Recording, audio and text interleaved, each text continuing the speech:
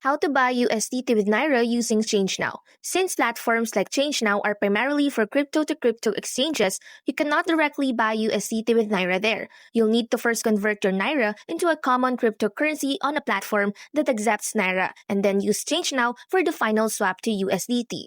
First, you have to find a reputable cryptocurrency platform that allows you to buy Bitcoin directly with Nigerian Naira. Sign up for an account on your chosen platform, then complete any required identity verification. Now, deposit Naira into your account on that platform using their supported method.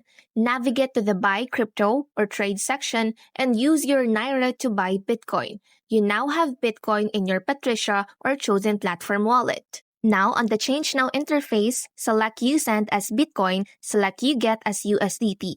Enter the amount of Bitcoin you want to send. ChangeNOW will show you the estimated USDT you will receive. ChangeNOW will ask for your USDT recipient wallet address. This is your personal USDT wallet address where you want to receive the final USDT. This could be from a hardware wallet, a software wallet, or your wallet on a major exchange. Lastly, review and confirm exchange. Review the exchange details, the amount of Bitcoin you're sending, the estimated USDT you'll receive, and your USDT wallet address.